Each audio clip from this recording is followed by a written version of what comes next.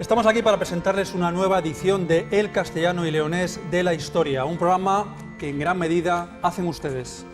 Como muy bien saben, ya son ustedes quienes a través de sus votos por teléfono móvil o en la web de la cadena están siguiendo el castellano leonés que consideren la figura más importante de nuestra comunidad, de la que nos ha legado la historia.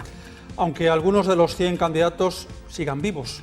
En efecto, a todos ellos mandamos un saludo desde aquí. Hoy tenemos a un rey, a un escritor, a un cineasta y a un poeta, cada cual más interesante. ¿Empezamos? Entra en rtvcyl.es para conocer más sobre los 100 candidatos. Elige el tuyo, vota y dinos por qué. Además, votando ahora en la web o desde tu móvil, podrás conseguir increíbles regalos y 10 fantásticos premios en metálico. Tú decides quién será el castellano y leonés de la historia. El primer candidato de hoy es, curiosamente, hijo de otro de los 100 seleccionados por nuestro comité de expertos a ser castellano y leonés de la historia. De tal padre, tal astilla. Nos referimos a Fernando III, hijo de Alfonso IX. Oriundo de Zamora, me parece, ¿no? Cuyo mayor hito biográfico fue tal vez unir bajo su reinado las coronas de León y Castilla. Que no es poco. No fue lo único que alcanzó. Durante su reinado se expulsaron casi por completo los musulmanes de la península.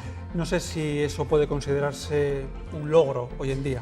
No lo es, pero en cualquier caso, Fernando III se proyectó y se preocupó por llevar a cabo grandes empresas en el ámbito cultural. ¿Así? Mandó erigir unos ejemplos inigualables de arquitectura gótica, como son las catedrales de León y Burgos, e impuso el castellano como lengua oficial del reino. Además, era un gran aficionado a la literatura y a la música. Curiosidad intelectual que insuflaría su hijo Alfonso X el Sabio. Por cierto, ¿de dónde le viene a Fernando III el sobrenombre de El Santo? De que fue canonizado 4 siglos más tarde, más o menos, después de su muerte por el Papa Clemente X.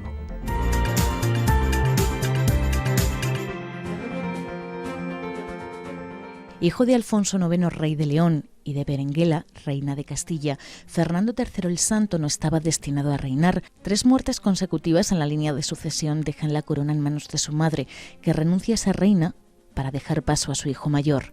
Berenguela es muy consciente de lo que hace. Podía haber cedido el trono a su segundo hijo y respetar que el mayor era heredero de León. Pero haciéndolo así, Berenguela fuerza a que en el futuro haya una unión de las 2 coronas. Siendo heredero de León, se convierte en rey de Castilla en 1217 y siendo rey de Castilla, se convierte en rey de León en 1230. Fernando III es el rey que une Castilla y León, respeta los fueros de los 2 reinos y fomenta el castellano como idioma oficial. Es el primero que deja de escribir en latín, incluso traduce los antiguos códices visigodos del latín, los traduce al castellano, que de ahí viene precisamente el fuero juzgo, que es la lex visigotorum. En la historia, el santo también destaca por ser un rey conquistador.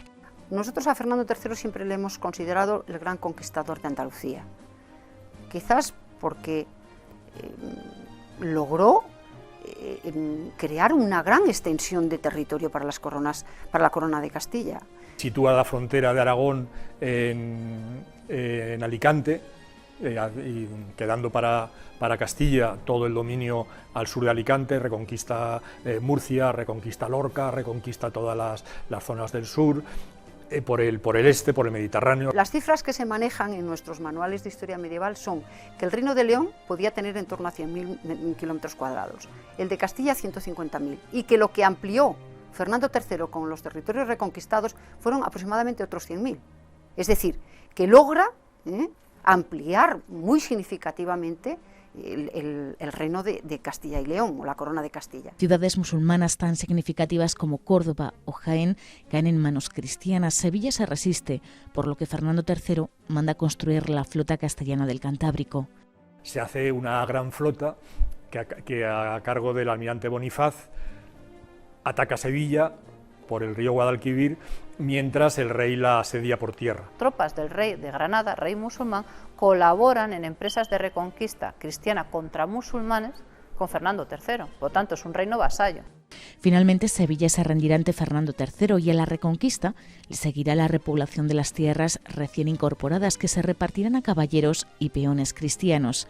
El rey se preocupa también por el ámbito cultural y religioso. La Catedral de Burgos o la Catedral de León son dos de los lugares o dos de los centros religiosos más importantes. Esa conquista de Andalucía, esa conquista del Guadalquivir es prioritaria.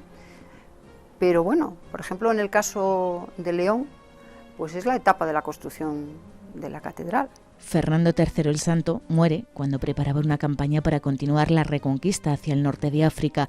Sus restos incorruptos descansan en la Catedral de Sevilla.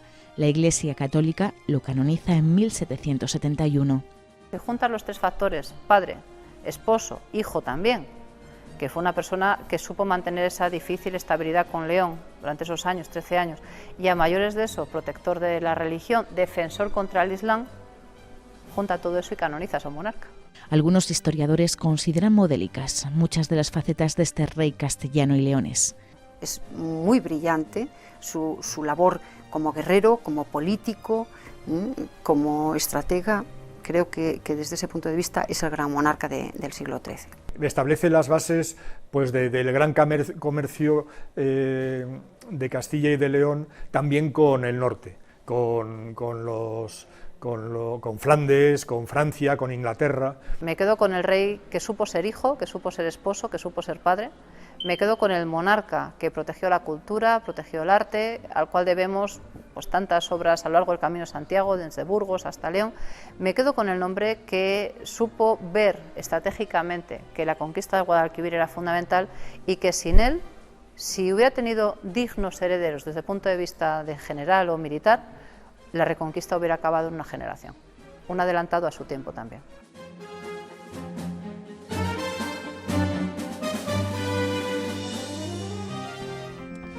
No sé por dónde empezar. ¿Qué tal si empieza por el principio? Muy bien. Pues presentar el nombre del candidato a castellano y leonés de la historia que tenemos a continuación, por ejemplo. Es Torres Villarroel, Diego Torres Villarroel. ¿Ves cómo no era tan difícil, Ramón? Es que no sé, ¿se puede ser tantas personas en una sola vida? Sí, le estaba echando un ojo al boceto biográfico y la verdad es que tienes razón. Bailarín, alquimista, matemático, torero, y esto sin haber completado los estudios. Luego se graduaría en medicina y más tarde sacaría la cátedra de matemáticas. Y todo ello sin dejar de escribir. Y, bueno, pero ¿sabes cuál fue sin duda su oficio más curioso? El de adivino. Adivino, profeta. E hizo muchísimo dinero, ¿eh? Muchos profetas lo hacen. Es que Torres, además, acertaba con frecuencia, ¿eh? En los tomos de los pronósticos, donde recogió estas profecías, queda constancia de que predijo el motín de Esquilache y hasta la Revolución Francesa. Pero al final Torres Villarroel ha quedado por lo que tenía que quedar, como escritor.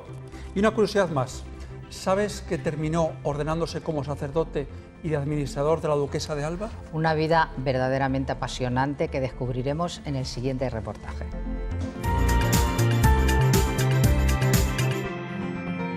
Hijo de un librero salmantino, nació en la capital del Tormes en 1694. Se describió a sí mismo como persona desenvuelta, sociable y accesible. Ya desde pequeño tuvo muchos problemas en la escuela, hoy diríamos lo trasto que era. Hurtaba comida a la despensa, hurtaba a los amigos, era pendenciero, peleador, guerrero. Lo que gorroneó, como se decía entonces en Salamanca, lo siguió aplicando en Portugal con su guitarra y su pandereta. A juzgar por su azarosa vida, Torres Villarroel es, sin lugar a dudas, un personaje polifacético. Pelea en todos los frentes, tiene una vida muy agitada que finalmente culmina como catedrático de matemáticas de la Universidad de Salamanca y administrador de la Casa de Alba en una posición ya más pacífica. Pero a lo largo de su vida hizo absolutamente de todo. Ejerció prácticamente todas las profesiones, fue actor, fue dramaturgo, fue clérigo, fue torero, vendedor ambulante, bordador. Adivino, fue médico, fue torero, fue comediante, fue escritor. Hoy, una de las vías más importantes de la capital charra lleva su nombre. Fue un vividor, casi un titiritero, que al regresar a Salamanca se dedicó al estudio de las matemáticas y llegó a ser catedrático en la universidad. No sin antes interesarse por los almanaques, pronósticos y otros métodos de adivinación.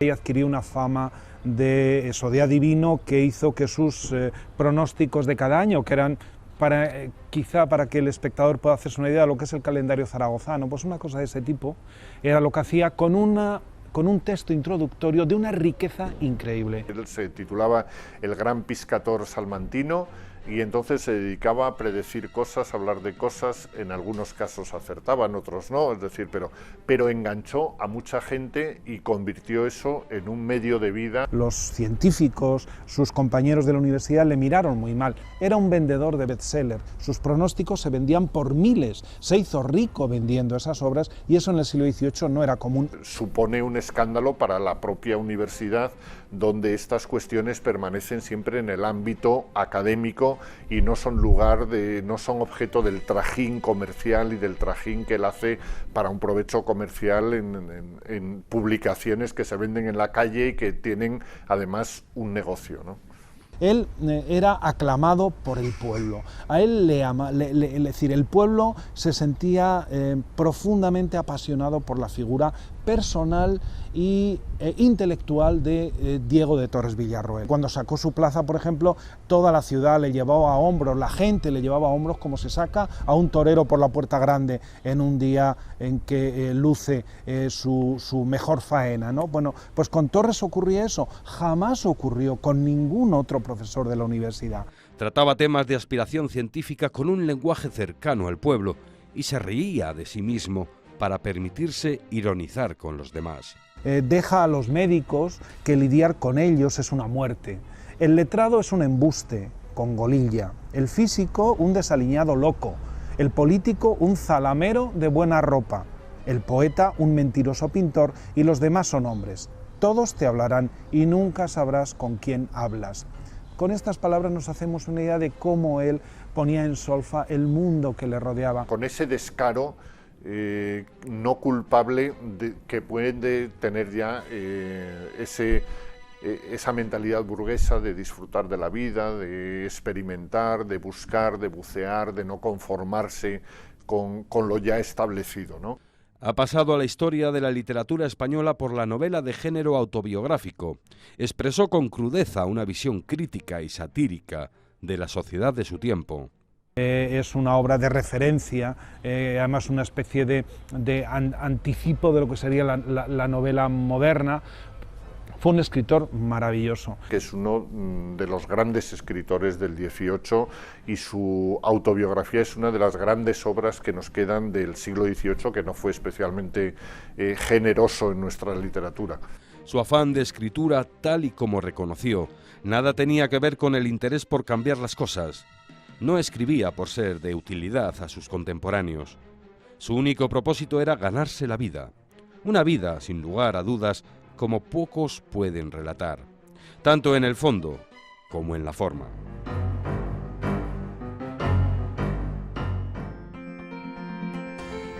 Rosa, ¿tú crees que Torres habría profetizado quién será el ganador del castellano y leonés de la historia? Quizás sea el más votado. Pues a lo mejor, si ustedes quieren que sea así, no se olviden de votar por Diego Torres Villarroel vía SMS al 25000, enviando la palabra Torres. O en nuestra página web, donde podrán votar, comentar, difundir sus candidatos preferidos. Además de optar a un jugoso bodegón de premios y a premios en metálico. Entra en rtvcyl.es para conocer más sobre los 100 candidatos. Elige el tuyo, vota y dinos por qué. Además, votando ahora en la web o desde tu móvil, podrás conseguir increíbles regalos y 10 fantásticos premios en metálico. Tú decides quién será el castellano y leonés de la historia. Vamos ya con Antonio Jiménez Rico. Natural de Burgos y uno de los cineastas con más solera de nuestra comunidad. Cineasta que, como muchos otros, se fogueó antes en el ejercicio de la crítica. En la revista Cine Estudio, sí, cubriendo luego la etapa casi obligada de ayudante de dirección. Un cineasta que ha adaptado a la gran pantalla varias novelas de autores castellanos. Todos recordamos las versiones de títulos inolvidables de Miguel Delibes como El disputado voto del señor Cayo o Las ratas. También ha frecuentado a los medios de comunicación. En televisión ha hecho tanto documental como ficción. Por lo que dices, Jiménez Rico tiene un compromiso total con nuestro cine. Ocupó el cargo de presidente de la Academia de las Artes y las Ciencias Cinematográficas durante casi 15 años. Es uno de esos creadores que no pueden dejar de aplaudirse.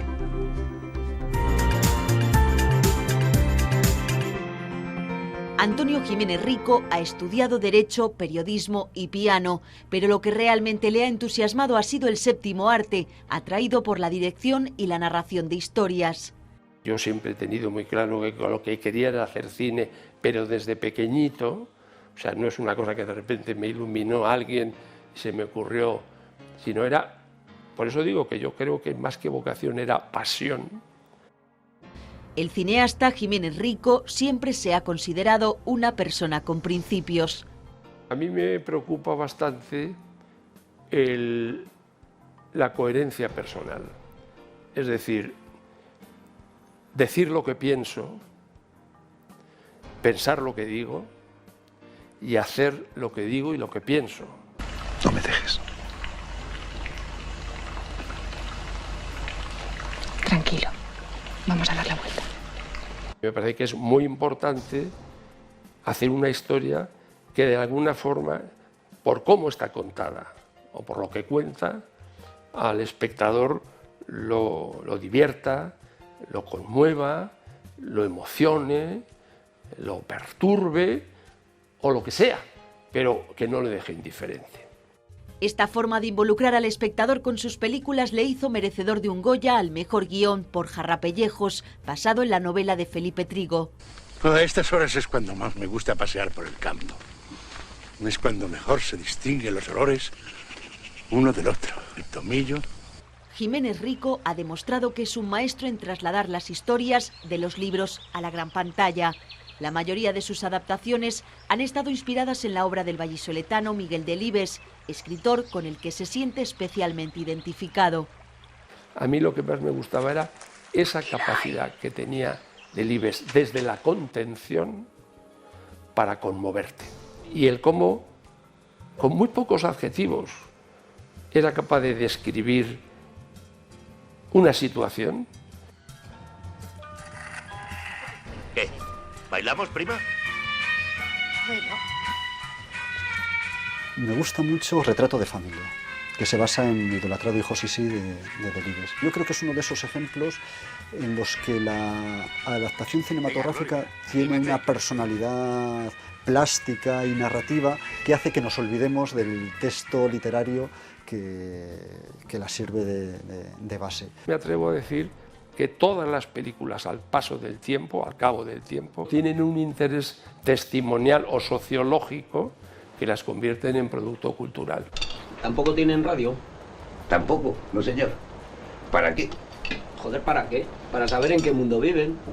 ¿Es que piensa usted que el señor Cayo no sabe en qué mundo vive? Creo que la autoría del cine no es ni hacer la misma película, ni escribir tu propia historia, sino que puedes cambiar de géneros, de historias, de lo que sea, y la autoría está en tu forma de mirar. El propio Jiménez Rico ha conseguido mantener su sello de autor en géneros tan dispares como el drama, la comedia o el documental. Además, en plena transición democrática, fue capaz de romper moldes con su película Vestida de azul. Trata sobre la transexualidad y fue una película en su momento yo creo que muy valiente y que todavía ahora es un testimonio de estas vidas tan complicadas. Estoy bien, pero he cambiado bastante. Mi físico también. Vivo y siento como una mujer y empiezo a ser feliz. Siempre ha intentado hacer cosas que a él le llenaran y denunciar lo que a él no le gustaba. Cuando yo le conocí fue porque quería adaptar una de mis novelas que está ambientada en Burgos, que está ambientada precisamente en ese Burgos de su infancia, y yo ahí he podido ver pues cómo se ponen en marcha esos mecanismos de los artistas que cuando algo realmente les ilusiona pues se entusiasman, son tenaces, son constantes. Quiero hacer esa novela y no sé cómo ni cuándo, porque tampoco me quedan muchos años, pero yo creo que la terminaré haciendo. La película Conspiración en la Catedral, basada en la novela de su paisano Óscar Esquivias, es el último proyecto de Antonio Jiménez Rico en sus 50 años de carrera cinematográfica. Durante esta dilatada trayectoria, el burgalés no ha dejado de cosechar éxitos a nivel nacional e internacional. Lo que más me gustaría es, como cineasta, que se reconocieran mis conocimientos profesionales, del oficio de hacer cine, del oficio de saber contar una historia. Y como persona, pues me gustaría que simplemente que me consideraran buena gente. La siguiente figura es un vallisoletano universal que no podía faltar en nuestra lista. Universal no solo por la aceptación de su obra, sino porque él mismo fue un gran viajero. En parte por las circunstancias políticas. Jorge Guillén vivió en Suiza, en París, en Oxford, en Sevilla, en Montreal, en Florencia. Ese conocimiento del mundo acabaría en sus poemas. Se ha dicho de Guillén que ha sido el máximo exponente de la poesía pura junto a Juan Ramón Jiménez, pero esto no ha sido entenderse, no se puede entender como una frivolidad. Vida y poesía eran en Guillén un todo inseparable, no puede entenderse como una sin la otra. Es que la poesía sin vida no tiene sentido. Él explicó la concepción que tenía de la creación poética en lenguaje y poesía, aparte de en sus muchas clases como catedrático de literatura en la Sorbona, en Oxford o en Estados Unidos. Fue un creador y un divulgador y colaboró para la revista de Occidente y otras del ramo. Es en la propia revista donde aparecerá al cabo de uno de sus libros más famosos, de poesía española, no solo del siglo XX, sino de cualquier siglo. Cántico. Una vez leí que era considerado el libro más importante de su generación. Hablamos de la generación del 27, no precisamente una generación menor. Pues no precisamente. Guillén ha sido admirado en todo el mundo. El propio Borges dijo que Guillén le parecía el mayor poeta en lengua española. Pues ese sí es un elogio a tener en cuenta viniendo de quien viene. Entre los múltiples premios que le concedieron, tuvo el honor de ser el primer ganador del máximo galardón de las letras hispanas, el Cervantes. La celebración de la vida y de lo que es capaz de alcanzar el hombre, junto a la búsqueda por la palabra precisa, leer a Guillén es una fiesta perpetua. He aquí la persona de una pieza, íntegra un alma, entona su cabeza. Ardió en los ojos brío dulcemente, nariz con señorío, voz valiente, y su ardor violento pudo siempre acatar agudo pensamiento.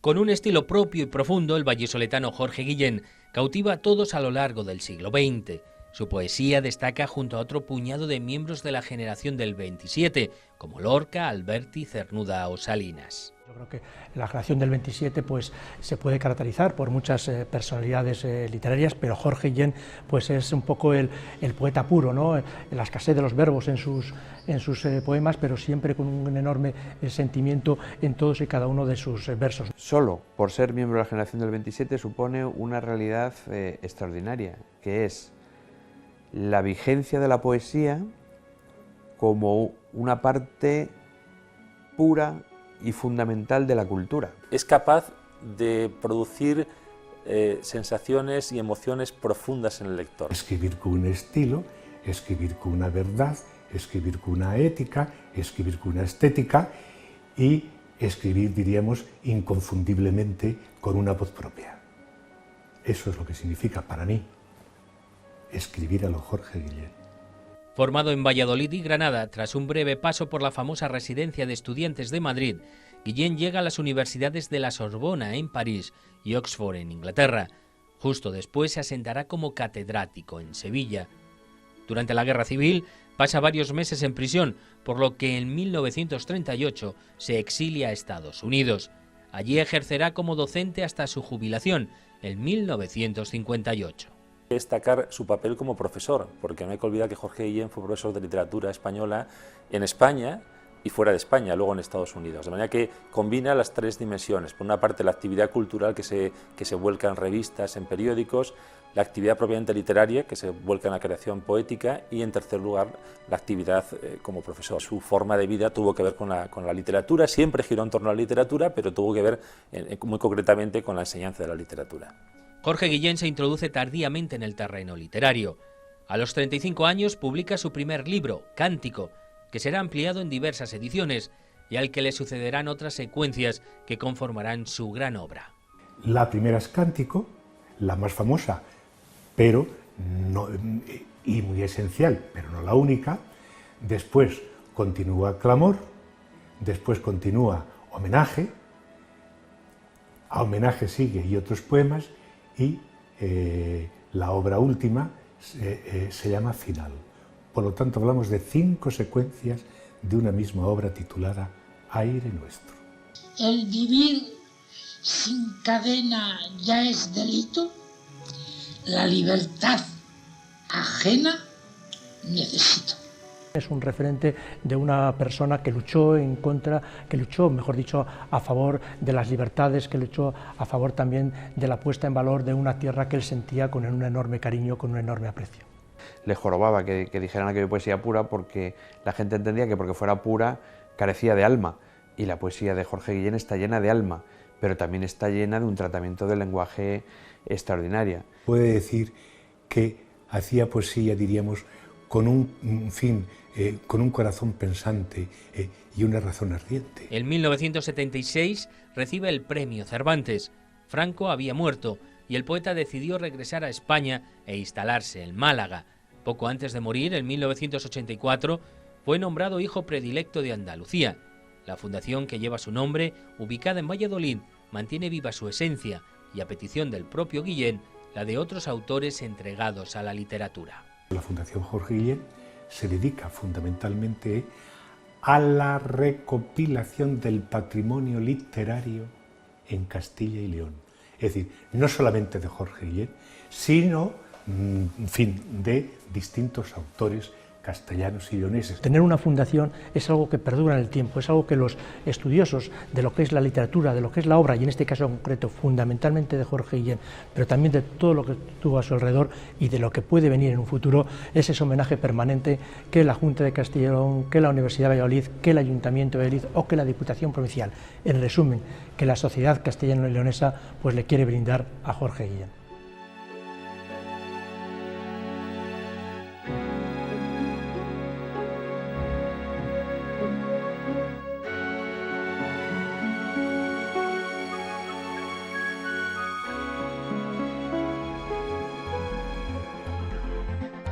Por lo que hemos visto, Rosa, Jorge Guillén fue admirado, pero sobre todo fue querido. Yo también lo creo así, Ramón. Si ustedes se cuentan entre los que quieren a Jorge Guillén, envíen un SMS al 25000 con la palabra Guillén o voten a Jorge Guillén en nuestra web.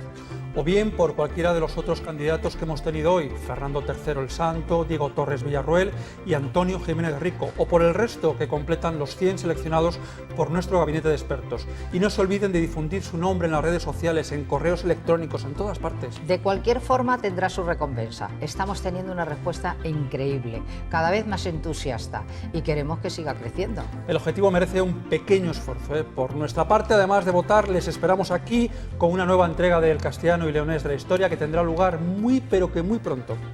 Hasta entonces, un saludo afectuoso. Adiós.